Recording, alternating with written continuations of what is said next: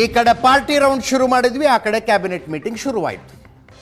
ವಿಶೇಷ ಸಚಿವ ಸಂಪುಟ ಸಭೆ ಇವತ್ತು. ಕೇವಲ ಕಾಂತರಾಜ್ ಆಯೋಗದ ವರದಿಯ ಬಗ್ಗೆ ಚರ್ಚಿಸುವುದಕ್ಕೆ ಸೀಮಿತವಾಗಿರುವ ಸಚಿವ ಸಂಪುಟ ಸಭೆ.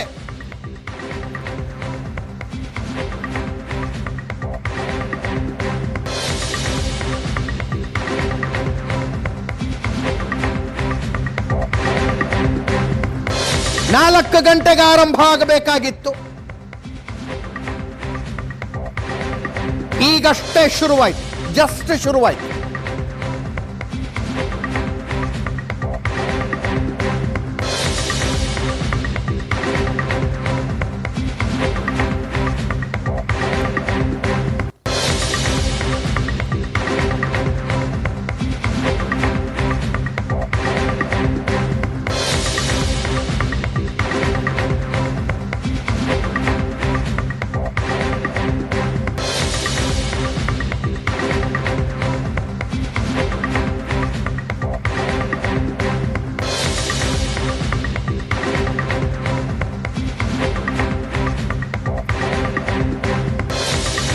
ಸಚಿವ ಸಂಪುಟ ಸಭೆಯಲ್ಲಿ ಏನಾಗುತ್ತೆ ಅನ್ನೋದೇ ಕುತೂಹಲ.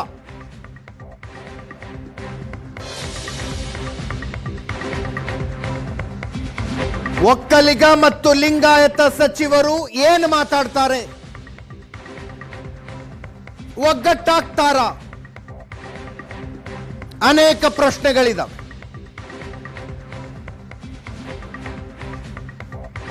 6 ಜನ ಒಕ್ಕಲಿಗ ಸಚಿವರು, 8 ಜನ ಲಿಂಗಾಯತ ಸಚಿವರು ಇದ್ದಾರೆ ಕ್ಯಾಬಿನೆಟ್ನಲ್ಲಿ.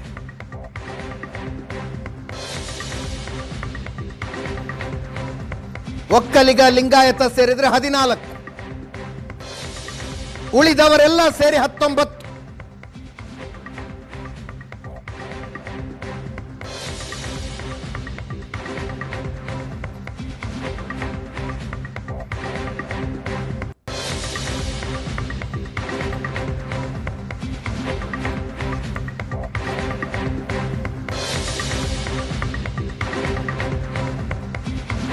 ಕ್ಯಾಬಿನೆಟ್ ಮೀಟಿಂಗಿಗೆ ಹೋಗುವುದಕ್ಕಿಂತ ಮುಂಚೆ ಕೆಲವು ಸಚಿವರು ಮಾತಾಡಿದ್ದಾರೆ, ಕೇಳಿಸ್ಕೊಳ್ಳಿ. ಕ್ಯಾಬಿನೆಟ್ ಅದಕ್ಕಂತ ಸ್ಪೆಷಲ್ ಕ್ಯಾಬಿನೆಟ್ ಕರೆದವ್ರೆ. ಈ ಕ್ಯಾಬಿನೆಟಲ್ಲಿ ಇವತ್ತು ತೀರ್ಮಾನ ಆಗ್ತದೆ. ಕ್ಯಾಬಿನೆಟಲ್ಲಿ ತೀರ್ಮಾನ ಆಗೋವರೆಗೂ ನಾವು ಏನು ಹೇಳೋಕ್ಕಾಗಲ್ಲ. ಈಗ ಚರ್ಚೆ ಏನಕ್ಕೆ ಕರೆದಿರೋದು? ಚರ್ಚೆ ಆಗ್ಬೇಕು ತಾನೆ. ಏನು ಚರ್ಚೆ ಆಗ್ತದೆ, ಏನು ತೀರ್ಮಾನ ಆಗ್ತದೆ ಏನು ಗೊತ್ತಿಲ್ಲಲ್ಲ. ಚರ್ಚೆ ಆದ್ಮೇಲೆ ಗೊತ್ತಾಗುತ್ತೆ.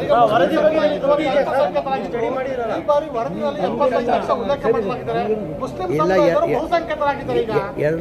2011 75 ಲಕ್ಷ ಇದ್ರು, 78 ಲಕ್ಷ ಏನೋ ಇದ್ರು. ಈಗ ಕಡಿಮೆ ಆಗಿದೆ, 0.5% ಕಡಿಮೆ ಆಗಿದ್ದಾರೆ. 0.5% ಹೋದ ಸತಿಯಿಂದ 2011 ಏನು ಸರ್ವೆ ಮಾಡಿ ಸಕ್ಸಸ್ ಬಂದಿತ್ತು ಅದಕ್ಕಿಂತ ಈಗ ಕಡಿಮೆ ಆಗಿದ್ದಾರೆ ಸರ್. ಈಗ ಕ್ಯಾಬಿನೆಟ್ ಅದಕ್ಕೆ ಕರೆದಿರೋದು. ಈ ಕ್ಯಾಬಿನೆಟಲ್ಲಿ ಚರ್ಚೆ ಆಗ್ತದೆ. ಚರ್ಚೆ ಆದಮೇಲೆ ಬಂದು ನಿಮ್ಮ ಮಾಹಿತಿ ನಾವು ಕೊಡ್ತೀವಿ. ಈಗ ಕಳಿಸಿದ್ದಾರೆ, ಈಗ ರಾಷ್ಟ್ರಪತಿ ಕಳಿಸಿದ್ದಾರೆ. ಈಗ ಸುಪ್ರೀಂ ಕೋರ್ಟ್ ಆದೇಶ ಮಾಡಿದ್ದಾರೆ. 3 ತಿಂಗಳಲ್ಲಿ ಇದಾಗಬೇಕಂತ, 3 ತಿಂಗಳಲ್ಲಿ ಆಗ್ತಂತ ವಿಶ್ವಾಸ ಇದೆ. ಆಮೇಲೆ ಅದರ ಜೊತೆಯಲ್ಲಿ ಇವತ್ತು ನಮ್ಮ ವಕ್ಫ್ ಅಮೆಂಡ್ಮೆಂಟ್ ಬಿಲ್ ಏನು ಪಾರ್ಲಿಮೆಂಟಲ್ಲಿ ಪಾಸ್ ಮಾಡಿದ್ರು, ಇವತ್ತು ನ್ಯಾಯಾಲಯ ಬಗ್ಗೆ ನಮ್ಗೆ ವಿಶ್ವಾಸ ಇತ್ತು. ನ್ಯಾಯಾಲಯದಲ್ಲಿ ನಮ್ಮ ನ್ಯಾಯ ಸಿಗ್ತದೆ ಅಂತ ಇವತ್ತು ಸುಪ್ರೀಂ ಕೋರ್ಟಲ್ಲಿ ನಮಗೆ ನಿರೀಕ್ಷೆ ತಕ್ಕಂಗೆ ಇವತ್ತು ಸ್ಟೇ ಕೊಟ್ಟಿದ್ದಾರೆ. ಓದಿದ್ದೀವಿ, ಪಾಯಿಂಟ್ಸು ಮಾಡಿದ್ದೀವಿ, ಏನೇನು ಇದೆ ಡಿಮಾಂಡ್ ಇಲ್ಲ. ಬೇರೆಯವ್ರು ನೋಡೋಣ ಏನು ಡಿಮಾಂಡ್, ನಮ್ದೇನು ಡಿಮಾಂಡ್ ಇಲ್ಲ. ಅದು ಎಲ್ಲರ ಪರವಾಗಿರ್ಬೇಕು ಅನ್ನೋದು ಅಷ್ಟೇ ಆಸೆ ನಮಗೆ.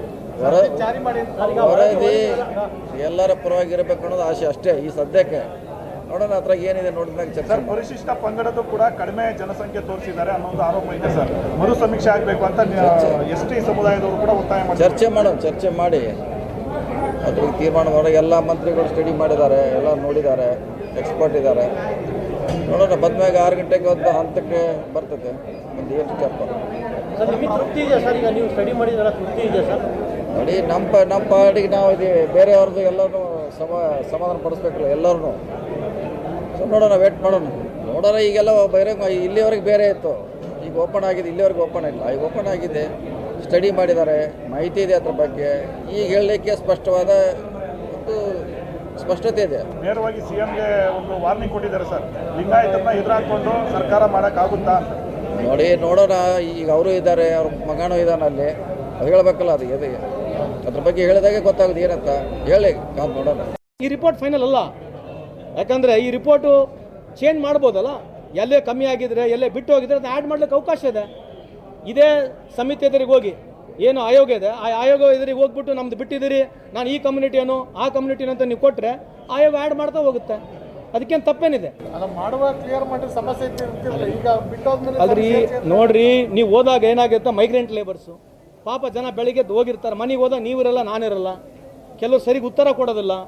ಯಾವುದೇ ಒಂದು ಮಾಡೋದು ಇವತ್ತುವರೆಗೆ ನಮ್ಮದು ಸೆನ್ಸಸ್ ಆಗಿರಲಿ, ವೋಟರ್ ಲಿಸ್ಟ್ ಸರಿ ಇದೆ ಅನ್ರಿ, ವೋಟರ್ ಲಿಸ್ಟ್ ಕೂಡ ಪರದಾಡ್ಬೇಕು ತಾನೆ ಎವ್ರಿ ಇಯರ್.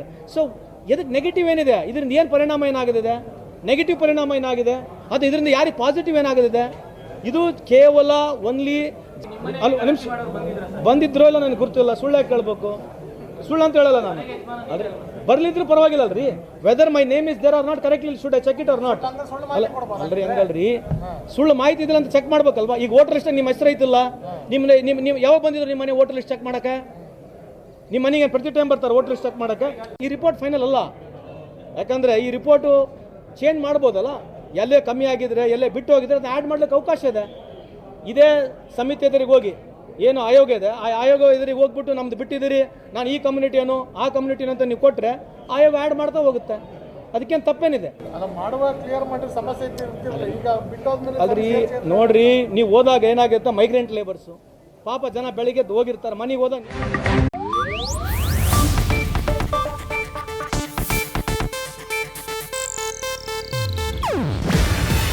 ಇದು ಏಷ್ಯಾನೆಟ್ ನ್ಯೂಸ್ ನೆಟ್ವರ್ಕ್ ಪ್ರಸ್ತುತಿ. ನೀವು ನೋಡ್ತಿದ್ದೀರಾ ಏಷ್ಯಾನೆಟ್ ಸುವರ್ಣ ನ್ಯೂಸ್.